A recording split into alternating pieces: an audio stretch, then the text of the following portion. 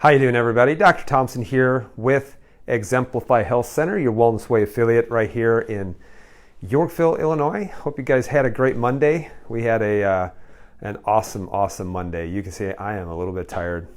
I think we saw probably about 80 patients, lots of consults, lots of blood draws today. It was a rocking day. It energizes me at the end of the day, though. I'm a little bit tired, so I'm not as young as I used to be. All right, guys. I appreciate you guys joining me. It's always great to see all of you. And guys, make sure that if you are watching, let me know where you're watching from. It really helps me quite a bit. I sincerely appreciate it when you guys do that.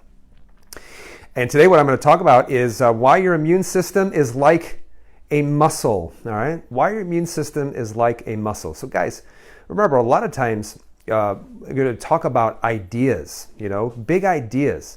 I think that ideas should be discussed so that we can grow, that we can get better, and that we can start serving people better as well. So I'm going to talk to you about this idea of why your immune system is much like a muscle, okay? And that is really good news because you have the ability to say on how strong you want your immune system to be. You also have the ability to say on how weak you want your immune system to be. Your body is not in this stasis, meaning it just has the inability to be able to change.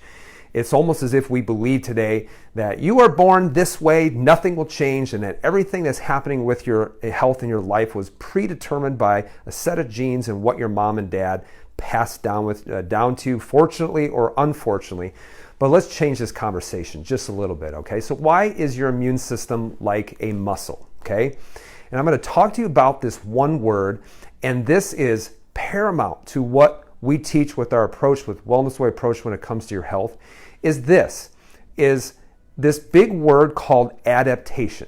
Adaptation is so huge, and I'm going to prove to you that if you exercise, you are relying on the idea of adaptation. What I find so fascinating is that, a doctor will say, yeah, you should start working out in order to maybe build your muscle mass or build your bone mass, or working out in order to quote unquote lose weight. And so, the thing is that we do all those things, yet we can change when we exercise, but we can't change anything else about our health. So it doesn't make a lot of sense to me that when we're saying that, because if the body is able to adapt to exercise, then shouldn't it be universally adaptable even when it comes to your immune system? So I looked this word up because the whole foundation of what we talk about is the body's ability to be able to adapt, that the body is constantly adapting for survival, that the body is always adapting for you. It's not adapting against you, that the body never ever makes a mistake, that the body's never going to do things that are going to hurt you right now. It may adapt in a way to keep you alive right now with a long-term consequence, but it's not going to adapt to try to kill you right away. It's not working against you. This is why it just absolutely floors me when someone says, yeah, I have autoimmunity. My body is attacking itself. I say, well, what if it's not attacking itself? What if there are things that are triggering the immune system that are trying to clean up damage in certain parts of the body? For example, we would never call, if we sprained our ankle, I have an autoimmune reaction in my ankle just because it gets red, it gets swollen, it gets hot. No, there's tissue damage, and the body has an inflammatory response in order to clean up the tissue damage and to start to rebuild and start to repair. So let's talk about this adaptation, because if we are adaptable when it comes to exercise, can our immune systems be just as adaptable as well? So Merriam-Webster Dictionary says adaptation is a change in a plant or animal that makes it better able to live in a particular place or situation.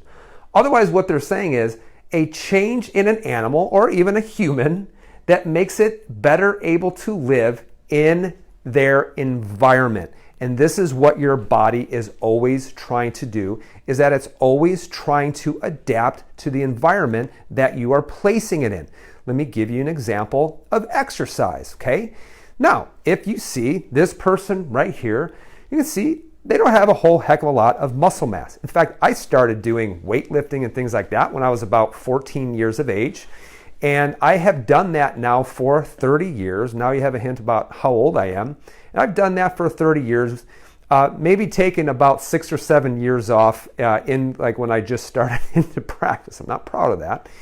But really for about, out of those 30 years, 25, I've always done some level of resistance training. It's always looked a little bit different. It looks different now than it did, back when I was in high school, trying to do bis and tris, curls for the girls, all of that stuff. But even if just take the simple example of weight training, is that if you have a small muscle and a weak muscle, and you are progressively loading that muscle with resistance, the muscle actually will get tore down. You will have an inflammatory immune response, and the next time it will repair itself, but then it will start building muscle in response or in adaptation to that particular stressor. If you do that long enough, you will then create a bigger muscle, a stronger muscle, a more robust muscle that is able to perform more work. So work is the ability to move an object a certain distance divided by the time that it takes to do it. So over time, what will happen is you're going to have a bigger muscle. Now, do you guys know to go from here to here, that can take a long time. You cannot put that much muscle on. In fact, people say, hey, how much muscle should I put on in 1 year if I'm doing things like deadlifts or squats or presses and really trying to work on my big movers and shakers in my body? I say probably if you are religiously doing it, I would be happy if you were able to have anywhere from 5 to 6 pounds of muscle by doing it over a course of a year, but the body is adapting. Now watch, if it can adapt in this direction, what do you think would happen is if you decided I'm no longer going to do any kind of weight training, I'm just going to sit on the couch, I'm just going to watch Netflix, I'm not going to do anything for the next entire year. Well, the body then will adapt back to the amount of stress that you are placing on it. So you can build muscle, you can also make muscle atrophy. So just remember, whatever exercise you're doing, the body will always adapt to the exercise and to the stress and to the demand that you are placing on it. The thing with weightlifting is this, is that you want to create a stressor, not so much of a stressor that you cause damage, but not too little of a stressor that you're not stressing it enough for it to be able to change. So the body can adapt to good stress. It also can adapt to having no stress at all. So the muscle says, you're not using me. I don't need to get bigger. I'm actually going to adapt to the environment that you're placing in it. So let me guys ask you a question. If muscles and bones can adapt and grow to constant and steady exposure, then why can't your immune system do the same thing? Let me say that again. If muscles and bones can adapt and grow to constant and steady exposure, then why can't your immune system do the same? Notice I said not only muscles, but also bones. So you guys, even for bone health, you need to constantly stress it. Now, there's a lot of different reasons why women lose bone health. Guys, a lot of it has to do with stomach acid, the inability to absorb calcium. But if you are not stressing a bone, then the bone becomes weaker. It doesn't remodel stronger. So your bones even are constantly remodeling itself based on lines of stress. It's called the SAID principle, specific adaptations to impose demands. And so if you are not constantly stressing the bones with weight, especially on the shoulders, on the hips, and weighting the spine, it just starts to get weaker. And so yes, we have seen people improve their bone density into their 60s. There's great ways that you can do that, but only because we are increasing their exposure. We're increasing the adaptation. So again, we say this, but let me show you a different example. So if muscles and bones can adapt and weaken due to a lack of constant and steady exposure, you guys know where I'm going with this, then why can't your immune system also do the same? So if your immune system can actually get stronger and adapt to the exposure, can your immune system also get weaker based on a lack of exposure? And I hope you guys see where we're going with this, okay? So let me give you an example. So think of this. You have someone who says, all I'm going to do is I'm just going to sit at my computer, I'm going to eat Cheetos, and I'm going to drink Mountain Dew, and I'm not going to exercise, and I'm just going to That's most of the negative comments and hate mail that I've gotten. Probably those people, okay? So sorry, back to the subject. But if you have someone who has no exercise exposure, you're going to have someone who's very weak, who's very frail, versus someone who is constantly exposing themselves. You're going to have someone who becomes very muscular. And it's the same thing, guys, when it comes to your immune system. Now, let me tell you what the narrative today actually is. The narrative has said that you cannot have any exposure to anything, that you need to hide, you need to mask, you need to stay away from people. And let me ask you a question. How well has that been working out? So here's what we do when it comes to not only in the narrative over the last 18 months, but this has really been the narrative for about the last 20 years. Because what do we want to do? We want to hide from germs. We want to banish them as much as possible. And guys, you got to realize that you have more germs, bacteria, and viruses that are growing in your gastrointestinal system and on your skin, in your mouth, in your mucous membranes, in your nose.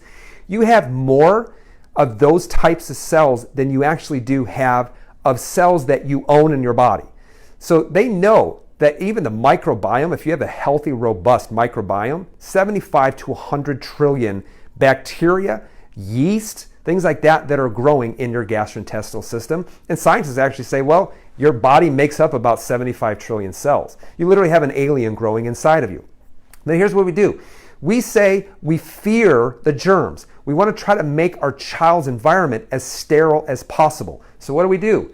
We give them antibiotics at the first sign of any kind of illness. Guys, let me tell you something. You guys know strep, okay? Say, take streptococcus bacteria. It's a normal bacteria that live in your mouth. So when someone says, I caught strep throat, you didn't catch it. It's a normal bacteria that has overgrown in your mouth, in your tonsils, and because the environment actually facilitated that. The environment caused it to adapt in that way. So what do? We're constantly throwing antibiotics, trying to kill bacteria as much as possible, versus asking the question, gosh, why did my tonsils get inflamed? What kind of environment did I create in order for this strep to actually start to grow? Here's the second thing that we do. We douse our hands, we douse our children, we douse everything with hand sanitizer and Purell. I'm like, that's nuts. I mean, not only the fact, the toxic effect of what's in the hand sanitizers, but really what we're trying to do is we're trying to always sanitize our hands. You know, so we rub it on there and we think, oh my gosh, I just killed 99.9% of the germs. Yeah, you probably left about 1 million that didn't get killed off. And actually this time you're giving them an environment that allows them to adapt to not be killed off by the next exposure to Purell. And I find it so interesting is that literally our hands are the dirtiest thing, next to our mouths. And we see people who are actually wearing masks and then literally have dirty hands and they're pulling it down, making their mask even dirtier. I mean, I don't understand it. I don't get it, okay? So we douse ourselves in Purell. How about this? We avoid the sun. So we avoid the sun, guys. I don't know what happened while we thought that the sun was bad. Literally, guys, the sun provides us everything. I want you to think about it. The sun is energy. The energy is provided to plants who then turn that into energy to be able to grow. Then the animals actually take the plants and take the material from the plants, eat it, turn that into energy for them to grow. And many times we eat the animals who then we turn that into energy. It all comes back from the sun, yet we think that the sun is out to kill us, that the sun actually causes cancers. We must avoid any kind of sunlight or sun exposure. Guys, sunlight equals vitamin D. Sunlight equals vitamin D. No, I'm not telling people that you need to go out and burn yourself, but guys, going out in the sun is really, really good for you, especially vitamin D production, which actually will help with CD4 helper T cell production. Vitamin D, intimately needed in order for healthy CD4 cell production. Now, how about this? We eat a bunch of sugar, as if what we eat plays no role in our immune responses. And guys, I will tell you this, the people who had the worst day when it came to COV, et cetera, are the people who were overweight, highly inflamed, type 2 diabetic, and one of the culprits was overexposure to simple carbohydrates that caused a hyperinsulin response, insulin resistance, leading into type 2 diabetes, okay? So too much sugar. You guys know that glucose and vitamin C are almost identical in chemical structure. And because of that, in fact, when the immune cells need to have a response towards an infectious agent, is that they need vitamin C, okay? They need vitamin C, and many times sugar will compete with vitamin C on those binding sites, and then that sugar gets taken in and not the vitamin C, and so there's nothing for that cell to be able to discharge its duties, and then you'll have an insult of free radical damage to those immune cells. They die off quicker. Vitamin C is an antioxidant that helps with that. So, lots of sugar. I don't know if I should even say that, but you see, we think no exposure, but I'm going to expose it on the back end. Rather than through my mucous membranes, through my innate immune system into my adaptive immune system, we bypass all the barriers where the immune system response is doing, put it directly into the blood, and somehow try to stimulate a T cell response and an antibody response, okay? We do it backwards. Doesn't make sense. And then the last thing is no exposure by socially distancing 6 feet. If you're in Europe, it's 2 meters, which I think is 6 feet 2 inches because of metrics. But then we're saying wear a mask everywhere you go. So the narrative has all been about avoid, avoid, avoid, no exposure, no exposure, no exposure. And what I'm saying is, just like you're a muscle, your immune system also needs constant exposure. It needs exposure in order for it to get strong. And if you disagree with it, I'm going to give you an amazing article in just a second that will blow you out of the water, okay? Now watch this. This is going to blow you out of the water. Make sure you guys are sharing this right now, okay? This comes from Science Direct. This is an article from 2005, and it was done by authors which were PhDs, Kahn, Netten, and Van Netten, okay? Looks like it was a husband and wife. These were PhDs, okay? And so here's what they said: acute infections as a means of cancer prevention. Wow. Opposing effects to chronic infections. And here's what they said. This was an epidemiological study, okay? So they looked at all of this data, what's known as like a metadata analysis. They're looking at all kinds of articles, all kind of research, and here's what they came up as a conclusion. Results. Now stay with me. Exposures to febrile infectious childhood diseases, which means childhood diseases that caused a fever. Remember, we say that people say that fevers are bad. I'm saying fevers are actually good. So exposure to febrile infectious childhood diseases were associated with subsequently reduced risks for melanoma, ovarian, and multiple cancers combined. When you get sick with an infection that causes a fever, it lowers your risk down the road for having cancer. Now, epidemiological studies on common acute infections in adults and subsequent cancer development found these infections to be associated with reduced risk for meningioma, glioma, melanoma, and multiple cancers combined. Overall, risk reduction increased with the frequency of infections, with febrile infections affording the greatest protection. So the more acute infections that you had that would spike a fever, these had the greatest protection towards cancer later on in life. Holy cow, and why do you think that is? Now, here's the last thing they said. Conclusion. Infections may play a paradoxical role in cancer development, with chronic infections often being tumorigenic and acute infections being antagonistic to cancer. So here's what they said. Acute infections are good. Acute infections are good because what is it doing? You're exposing it to a stressor that causes your immune system to adapt, to become stronger, and to grow later on in life. Think of this. it's almost the practice to be able to handle things like cancer later on in life. But what have we said? Avoid, avoid. We need to sanitize, we need to mask, we need to wash our hands all the time, we need to avoid germs, we need to give antibiotics all the time. And what they're saying is no, get sick. Your body will handle it and it will be better as a result. Now watch, here's what they also said though. Now follow me with this. This is gonna blow you out of the water. Here's what they said. Chronic infections though, we found with people who were suffering with chronic infections had more cancers, had more tumors. Wow. I want you to think of this. Why would someone have a chronic, unrelenting infection? And the reason why is because in order for someone to have a chronic, unrelenting infection, go back to the immune panel that I've done that no one else is doing, CD4, CD8 natural killer cell, and a CD19 or B lymphocytes.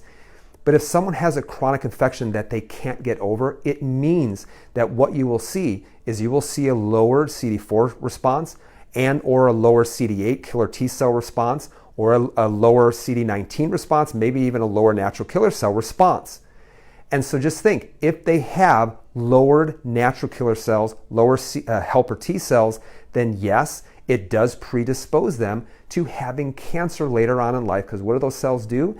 Those cells are responsible for cancer cell destruction. Let me say that again, specifically CD8 cells, cytotoxic T cells, cancer cell reduction. Tumor cell, it destroys those tumor cells. So think about it, acute infections, amazing. The chronic infections, it's not that they're causing cancer, it's revealing that that person already has a suppressed immune system. So where do we need the exposure at, guys? This is your whole entire immune system. Where we need to have the exposure is at your barriers, your epithelium, exposure at your skin. We need exposure within our mucosa, our nose, our sinuses, our mouth, the digestive lining. We need exposure within our stomach. We need exposure as much as possible in order to build a healthy, robust, normal gastrointestinal flora. You need that in order to build and prime the immune system, much like a muscle. So let me show you how the body will actually adapt. This is the same cell on someone who's 43 years of age. And so this is the same cell that we've actually run this now on probably over 100 people in the last week to week and a half. And it's very interesting the different patterns that you are seeing with specific people, especially when you know their backstory. So if you look at this person, a very high percentage of what are known as natural killer cells. These are innate immune system cells responsible as one of your initial responses to a viral infection and also cancer cells as well.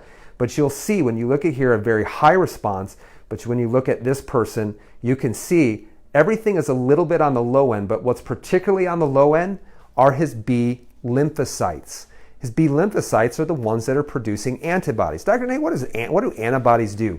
Basically what antibodies do is they will surround an antigen after it's already been exposed. Those things circulating within the blood surround the antigen and they will make them too big, specifically in viruses, to be able to enter into a cell. They just make them too big, which basically doesn't give it an opportunity to be able to latch on to a receptor. And remember, a virus without a receptor cannot do anything. So if this person if they cannot produce an adequate amount of antibodies, then they're going to need to rely on these natural killer cells in order to handle a viral infection, okay? So look at how his body is adapting. Low B lymphocytes, which means now the body is amazingly trying to adapt by increasing the percentage of natural killer cells to be able to initially handle. It needs more cells because it can't inactivate those viruses with those antibodies. Isn't that amazing, guys? That the body has the ability to be able to adapt. It's always trying to adapt to help you, never to hurt you. Now, I found this on a specific website, and this guy actually responded to the video that I made a couple of weeks ago. And he is a PhD, Stanley Perlman. He looked at just a snapshot of one of the tests that I said, and he said, these types of changes in lab work frequently occur, okay? Pre, post, and then post-second. He said, things change all the time without it mattering much. Let me tell you something. When your labs change, it matters a lot. Because remember, the body never makes a mistake. The body is always adapting to the environment that you're placing on it. So when you say it doesn't matter much, it matters a lot. Because listen to the body. Listen to the body start to adapt. Listen to the body start to change. If we just brush it off because we don't have an answer for it, then we are doing a disservice to our patients. This is the only thing that I've done is look at this and say, now why on earth would the body start to adapt to these specific stressors that are taking place? And the only difference is that between this and between my opinion is I listened and just started to ask questions. So guys, I know that all of you are probably saying, oh, what do I need to do in order to boost my immune system? Let me tell you this, you can't boost your immune system. The only thing that you can do is you can bring it to sufficiency.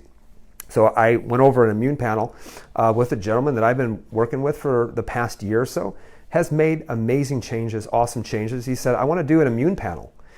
So he did a full immune panel, and we looked at this, and I said, listen, this is a beautiful immune panel. You have a great percentage of different types of innate immune system cells with your lymphocytes, your macrophages, your neutrophils, things like that. These look beautiful. Your CD4, your CD8, your CD19, your natural killer cells. I mean, these are absolutely beautiful. And guess what? You would be able to handle a viral infection beautifully. Doesn't mean that you're not going to have a fever. Doesn't mean that you might not go through a couple of days of being uncomfortable. But it means that your body has protection, that it can have an antibody response, that you have enough natural killer cells to be able to destroy a virally infected cell, that you have enough CD8 cells, enough CD4 cells. You have sufficiency, and that's what we're not saying. We are saying, what we're saying as our narrative is that a virus will kill everyone. They're saying that a virus is dangerous. Well, let me ask you a question. If it's so dangerous, why do we have people that are surviving at 99.9x%? So how do you get your immune system to be sufficient? Well, number one, don't kill it off. Don't kill off your white blood cells. So what kills these things off? Well, oxidative damage. So I want you to think of like chemotherapy will kill it off. It becomes tough, especially we're saying that you don't do it. No. But chemotherapy is one of the biggest things that will kill off the immune system, the very thing that you need in order to be able to defeat cancer later on. So don't kill it. High amounts of sugar, lack of sunlight, lack of sleep. I mean, these are some basic things that all of you can do that don't cost you $1 in order for you to start improving your immune response and your immune function. You have to exercise it. How do you exercise it? You expose it. You expose it as much as possible. The more that you expose it, the more that you allow your body to have an acute febrile infectious disease, the more that you are exercising that immune system, you're priming the pump, you're building the immune system as a muscle. And the other thing you got to do is you got to make sure that you have to feed the immune system. Feed the immune system, guys. Your immune system cannot produce cells out of nothing. So you have to feed those different immune responses. We know how to feed those immune responses. You have to feed the bone marrow. You have to feed the thymus gland. You have to feed specific pathways that are responsible for CD4 cell production, CD8 cell production, responsible for B lymphocyte production, things that feed the neutrophils, things that feed the macrophages. All of those different types of cells are certain things that will feed it. If you don't believe me, look up astragalus and what astragalus does in stem cell formation, which is actually in the bone marrow where all of your white blood cells actually are first created, and your platelets and your red blood cells all are coming from the bone marrow, okay? So don't kill it, exercise it, and then start feeding it, because remember this, if you don't feed it, and this also includes, guys, you making sure you're eating enough protein, making sure that you have enough stomach acid to absorb the protein, because if you don't feed it, how can you create an immune response from nothing? That would be called magic, okay? But here's what's interesting, is if you see people with a very low B lymphocyte response, because I've always asked this question, well, wait a second. When they're saying someone needs one, then they need a second, then they need a booster, then they need another booster. And they're looking at this and they're saying, my goodness, it's not producing an antibody response. What on earth is going on?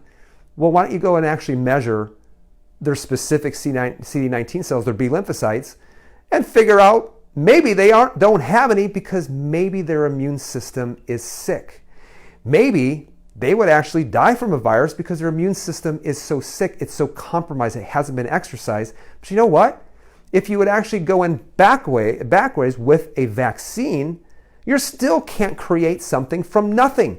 Even a vaccine relies on the body's ability to be able to produce antibodies, and you need B lymphocytes in order for that to happen. It's weird how they just keep saying something's going to happen, something's going to happen. It's like the saying, the floggings will continue until morale improves. Why don't we work on getting these people healthy? Why don't we get their immune system up to speed? Why don't we start not killing it off, start exercising it, and start feeding those immune system responses? Because I will always say this, what God gave us is actually more than enough. Because if it wasn't enough, we would have died out a very, very long time ago. And I want to leave you guys with this. This is fascinating. This comes from almost 125 years ago. I desired to know why one person was ailing and his associate eating at the same table, working in the same shop, at the same bench was not. Why?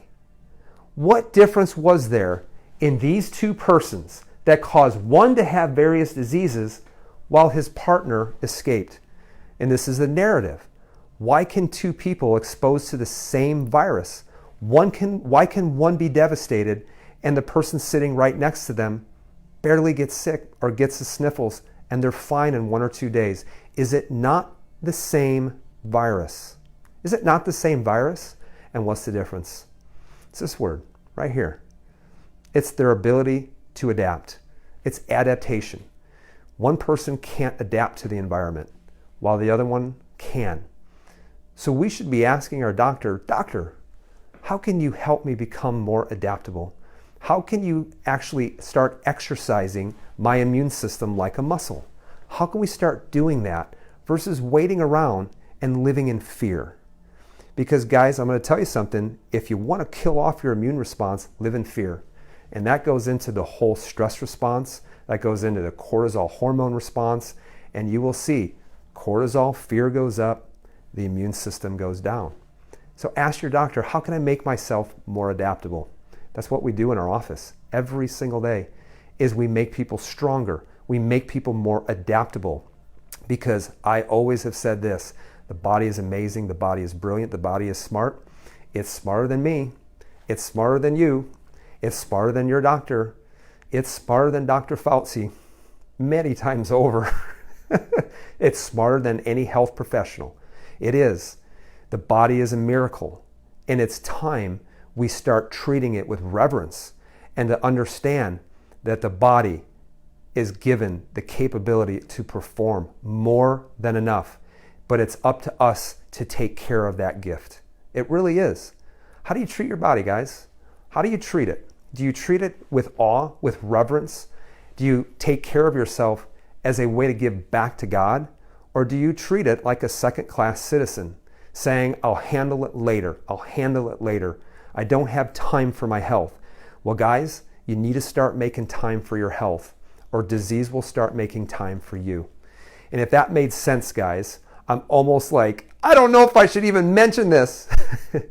But coming up, guys, you have to be at least from the area, okay? Now, last time we had people come in from Iowa. We had people come in from Wisconsin. We had people actually come in from Indiana into the Chicagoland area. I'm totally cool. I'm totally fine with you guys doing that. But we also had a lot of people from Canada register for this in-person event. We had to email those people and say, hey, you know what? You probably aren't going to come from Canada to the Chicagoland area in order to attend this event. So our next event is Saturday, October 30th, 10 o'clock till noon.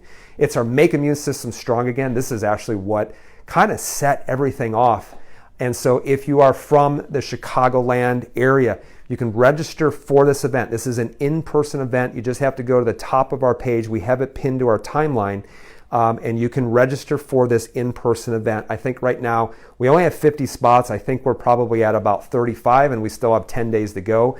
So if you are from the area, or guys, if you know someone who is in this area, send them the link to the Immune System Talk, and that way they can get registered for it. And guys, we are working on, for all of the wonderful people who are from Canada, hi Canada, we're from Australia, hi Australia, who are all across the continental United States, hello people from the United States. We are working on a webinar version of this, okay? So we're just getting the software set up. We got to get all that stuff set up, and so we'll give you a firm date probably by the end of the week on when that's going to be, but it is going to happen. We will make sure you know. We will give you the link on how to register, so just stay tuned in regards to that. So guys, make sure that if you're not from this area, please don't register for the event, because that way we don't know who's going to show up. We'll have to close out registration. And if we do that, there's a lot of people who won't be able to come that actually want to. So Saturday, October 30th, 10 o'clock a.m. or p.m. a.m., 10 o'clock a.m. to 12 o'clock p.m., maybe a little bit afterwards. And yes, we will talk about antibody testing. We will talk about the immune system panel, and we will talk about literally how to improve the barriers, how to improve the natural, the innate immune system, the adaptive immune system, and really how we use tests in order to look at different types of immune responses inside of the body. So guys, I always love you. I always appreciate it. I'm blown away that anyone would want to hear me speak, and I always appreciate you guys doing that. And if you found this valuable, you found this enjoyable, but more valuable probably than enjoyable, make sure you guys share this with other people. I know Facebook's trying to throttle this quite a bit, but let's make sure that we keep this going. Let's make sure we start giving people hope, we start giving people a future, and that people start realizing that what I was given is more than enough. So guys, be well. It's time for me to head home to my beautiful family, and I hope you guys have a great evening and a great rest of your week. Be well. We'll talk to you guys soon.